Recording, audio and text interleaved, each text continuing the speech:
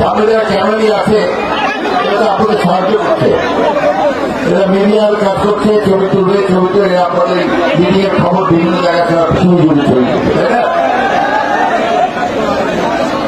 বালিয়ারানির সঙ্গে আমার সম্পর্ক নতুন না, আমাদের আপনাকে জানেন জানেন সবাই। আমি চকামিয়ার ছেলে, চকামিয়া এই এলাকাতে অনেক পুরানো লোক, তিনি নির্বাচন করেছেন, এমপি হয়েছেন, আপনাদের সুখে দুঃখে সবসময় আপনাদের সঙ্গে এই সঙ্গে সঙ্গে আছে, এই সঙ্গে আমার বাবার খালার বাড়ি অর্থাৎ খালু বাড়ি, এখানে আত্মীয় স্বজন আমাদের অনেক আছে। এখানে তো ব্যক্তিগত সম্পর্ক, এই সম্পর্কে আসতে গেলে এই পাকিস্তান আমল থেকে এই সরকার মানুষের সঙ্গে আমাদের সম্পর্ক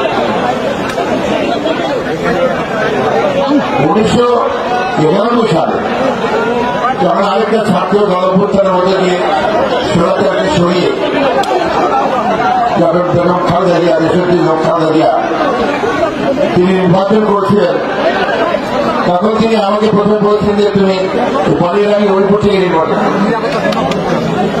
কারণ এখানে তোমার বাবা নির্বাচন করতেন, জয়ী হতেন। আমি তখন ভাগলা পৌরসভার চেয়ারম্যান, কি বাবা তোমাদের সমস্যা, তোমাদের সমস্যা এই আপনারা বসেন না, বসেন না প্লিজ, তোমরা চুপ না করে দেবো, কথা করতে পারি তোমরা চুপ করে দাও। আচ্ছা ঠিক আছে, তো তখন আমাদের ম্যাডাম বেগম খালেদা জিয়া তিনি আমাকে বলেন যে তুমি বালিয়ারানি হরিপুর থেকে নির্বাচন করো, ইলেকশন করো। আমি যখন ঠাকুর পৌরসভার চেয়ারম্যান, তাই ভাবলাম যে ঠাকুর পৌরসভায় আমি ওই এলাকায় সদরে আমি নির্বাচন করবো। তুমি বলে যে নতুন জায়গা তুমি সেখানে গঠন করবে, আমি আমার আব্বাকে জিজ্ঞেস করলাম, উনি বললেন যে এখানে তুমি করতে পারো, ভালো জায়গা।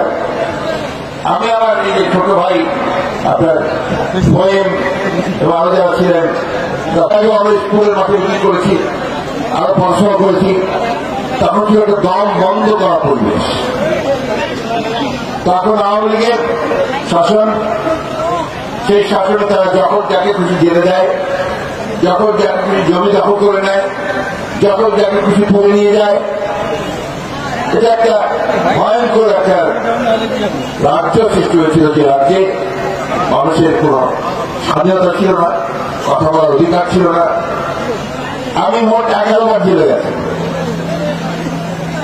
যে জেলে কিন্তু আপনার কোন দুর্নীতি দেওয়া যায়নি, জমি দখল করা দেওয়া যায়নি, আমি গেছি রাজনৈতিক কারণে, রাজনৈতিক পরীক্ষা পাওয়ার কারণে। আমাকে মাসের পর মাস কারাগারে আটক রাখা হয়েছে, আমাকে একা নয়, আমার ঠাকুরার নেতাদেরকেও জেলে আটক রাখা হয়েছে। আমার ঠাকুরাতে কমপক্ষে 60,000 মানুষের বিরুদ্ধে মিথ্যা মামলা দেওয়া হয়েছে, আপনাদের এখানে দেওয়া হয়েছে। আমার এখন একটা আপনার নাম তালিকা পেলাম, এই তালিকাতে দেখালো আমাকে প্রায় 15 জন 4 মাস জেলে ছিল। এইরকম আমি সারা দেশে 60 লক্ষ মানুষের বিরুদ্ধে মামলা দিয়েছিল আমাদের সরকার, একমাত্র 60 লক্ষ। এই 60 লক্ষ মানুষের বিরুদ্ধে মামলা দিয়ে তাদেরকে জেলে পাঠিয়ে তাদের কাউকে গুম করে দিয়ে, গুম মানে একেবারে 12 বছর 13 বছর 14 বছর ধরে তাদের দেখা নাই। আপনারা আমাকে নাম শুনে থাকতে পারেন, বাবা এই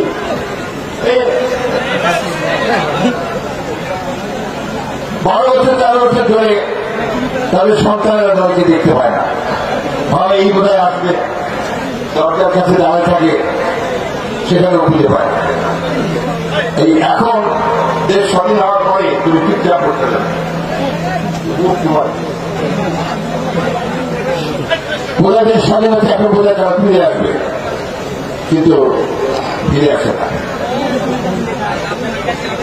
তারা কাঁদে, একটা বাচ্চা মেয়ে নামটা সাফা, সে প্রায় আসে, আপনার টেলিভিশনে দেখবেন মিটিং আসে, মায়ের ডাক করে একটা প্রতিষ্ঠান আছে, সেখানে সব গুম হওয়া পরিবারগুলোকে নিতে প্রতিষ্ঠান। সেই বাচ্চাটা আছে যে সকলের সঙ্গে কেঁদে কেঁদে বলে যে আমি আমার বাবার হাত ধরে ঈদের নামাজ পড়তে যেতে চাই, আমার বাবার হাত ধরে আমি স্কুলে যেতে চাই, সে বাবাকে তার ফিরে পায় না। এইরকম প্রায় 800 নেতা, 800 কর্মী তারা গুম করে দিয়েছে, হাজার হাজার লোককে হত্যা করেছে, গুলি করে মেরেছে, পুলিশকে দিয়ে থানায় নিয়ে গিয়ে পায়ের মধ্যে গুলি করে পঙ্গু করে দিয়েছে। এবং গত যে ছাত্রদের জনতার যে আন্দোলন, যেটাকে জুলাই মাসাকার করা বলা হচ্ছে, সেই আন্দোলনে পাখির মতো গুলি করে মারছে। আপনার এই ঠাকুরগাতেও সেইভাবে গুলি করেছে, অনেক একটু বন্ধ হয়ে গেছে, 4 জনের প্রাণ চলে গেছে, বিসর্জন দিয়েছে, বন্ধ হয়ে গেছে। আমি গত পরশু পঙ্গু হাসপাতালে গিয়েছিলাম ওই ছেলেদের দেখতে, যারা গুলি খেয়ে পা কেটে ফেলেছে, চোখ নষ্ট হয়ে গেছে, যার হাত কেটে গেছে, তার গলায় যে গুলি ঢুকে বের হয়ে গেছে। এই দৃশ্য দেখার মতো না। অল্প বয়সের ছেলে 15, 16, 17, 18 এবং 13 বছরের বাচ্চা যাদেরকে নির্বিচারে গুলিকে হত্যা করেছে। আইনের মধ্যে দেশে কোনো কিছুই ছিল না। ওই কোর্ট থেকে ডিসি সাহেবকে যে হুকুম করবে, সরকার ডিসি সাহেব সেটাই করবে। ইউনো সাহেবকে যে হুকুম করবে, সে তাকেই করতে হবে। ওসি সাহেবকে বলে যে আমাকে তুলে দাও, তাকে তুলে দিতে হবে। মগের মূল্য যা কিছু তাই করে, তাই না? আমাদের হিন্দু ভাইদের জমি দীর্ঘকাল ধরে শত শত হাজার বছর ধরে তারা এই এলাকায় বাস করে, সেখানকার জমি তখন করে নিয়ে চায়ের বাগান বানানো হয়েছে, তাই না? কত নিচে রাখতে পারে না, নিজেরা হিন্দু ভাইদের মূর্তি ভেঙেছে 12টা মণ্ডপে, এবং সেটার দোষ চাপানোর চেষ্টা করেছে বিএনপির উপরে, তাই না? কিন্তু দেখা গেল তদন্ত করে তারাই বলছে যে মূর্তি হল ভাঙার পিছনে আওয়ামী লীগ দায়ী।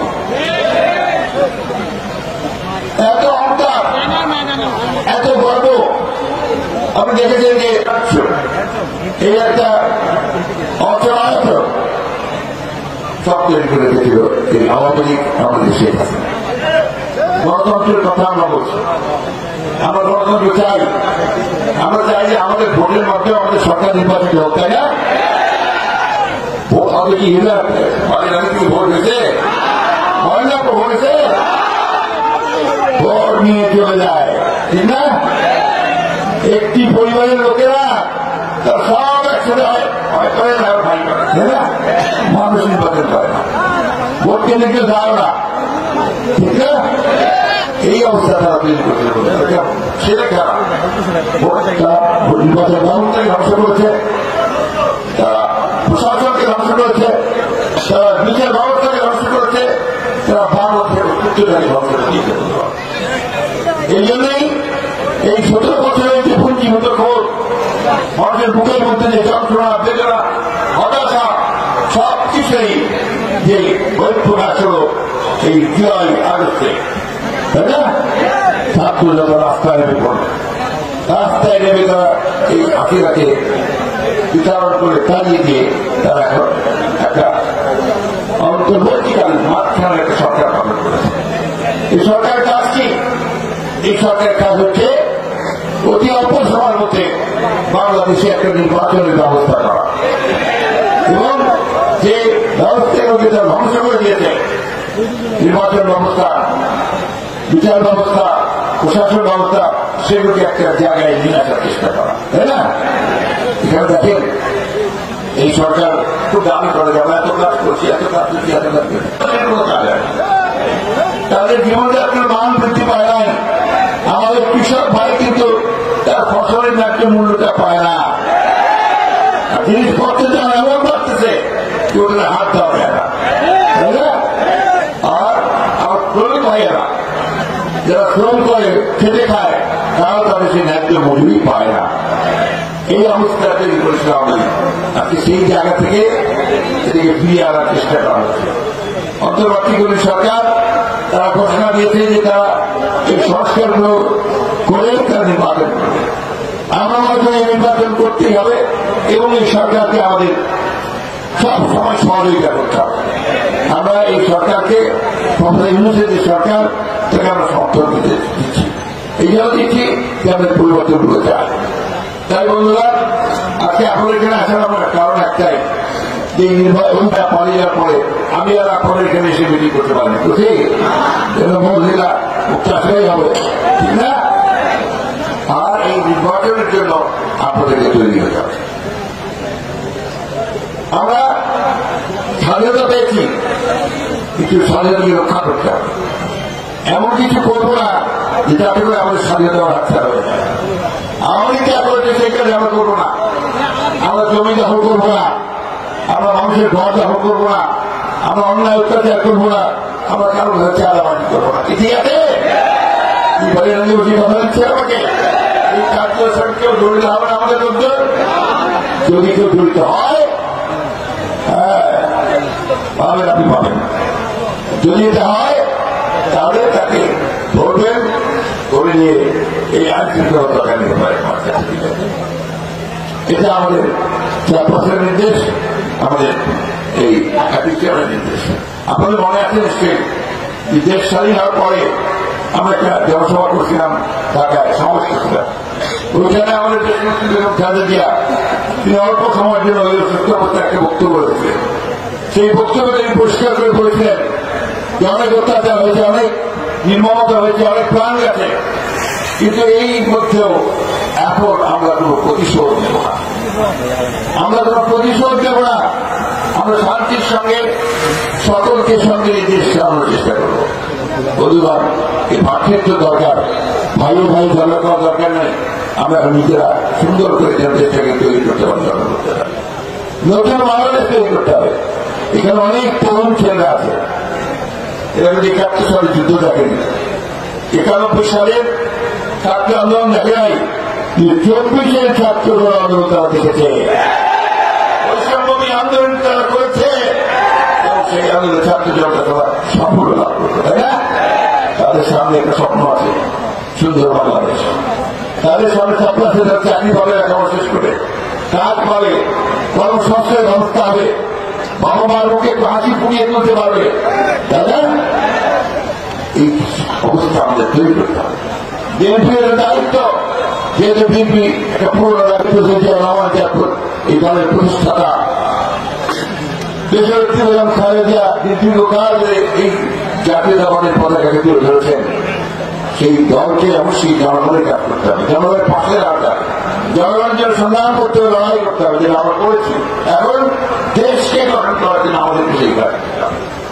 আসলে আমরা আজকে সবাই এই ঐক্যবদ্ধ হই যে আমরা বিভাজনের রাজনীতি করবো না, আমরা দেশকে বিভক্ত করতে চাই না, আমরা প্রতিশোধ দিতে চাই না, প্রতিহিংসা করতে চাই না।